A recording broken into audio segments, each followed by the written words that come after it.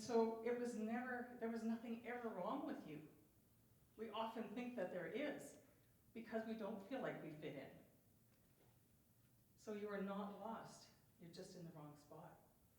So as I continued my journey trying to find where I fit in, the thing that saved me was emotional freedom techniques for tapping. I had no idea what it was, but it was one of those things that I knew I had to take whatever this course was. I didn't know it was tapping or EFT at the time, but it was something about doing my inner work. And so when I took that, my whole world changed. My belief systems, I began to love myself, those critical parts that were saying, you are not good enough, that you are just an imposter, who are you to be doing this? You know, all those parts that were doubting me. And so as I learned to do that, then I had this pull. I knew I had found what I needed to do.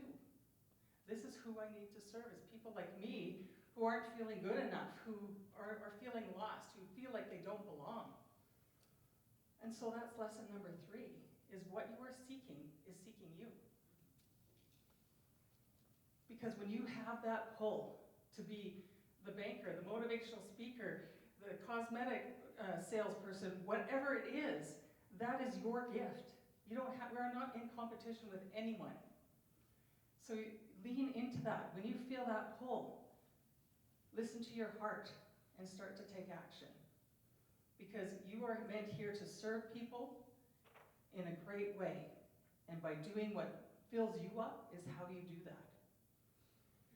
And so as we journey on, this is the journey. We get redirected, we learn the lessons, and then we find where we are. And so lesson number 4 is trust the journey. We get so afraid of that unknown territory. I wouldn't leave my job, I wouldn't leave my starter husband, because I had all the reasons in my head. I was too afraid of the unknown. But so far the unknown has not let me down. And I don't think it has any of you either. So trust the journey. Know that the roadblocks are there to redirect you, to get you the experience, to get you the knowledge, to get you into the flow of where you're supposed to go, and be brave enough to start. And my last lesson that I want to share is speak and know your truth. Even though I've been coaching now for the past 8 years and I help women to transform their lives, I was still, part of me was not being fully me. And I realized that I felt I didn't know enough. How many have taken 30, 40, 50, 100 courses and we still don't think we know enough? Right? And I thought I would be alone. And I thought I wouldn't be supported. Well, when I cleared out the stuff that was holding me back there, I realized I was not alone. I did know stuff, and I am so supported. But because of my fears and blocks, I couldn't see that. So, as Oprah says, if you're not speaking your truth, you cannot be your full potential.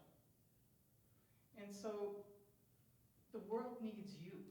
It doesn't need a watered-down version of you. It needs all of you. So step into yourself. Step into that journey. Travel that road. Move those roadblocks. Make them into building blocks. And create that vision, as Stacey's saying, that you want, where you can get to. Because it's important. Because the world needs you now, doing what lights you up more than ever. And if we're going to change the role of the world here and women's empowerment, we have to step up. Every one of you has to. So when you're ready, listen to that call, quieten the mind. You know what's there. Change those roadblocks and choose you. Because as soon as I chose me, I noticed the journey is back to you. You make the U-turn to you. That's what the GPS has always been trying to tell you, is come back to you.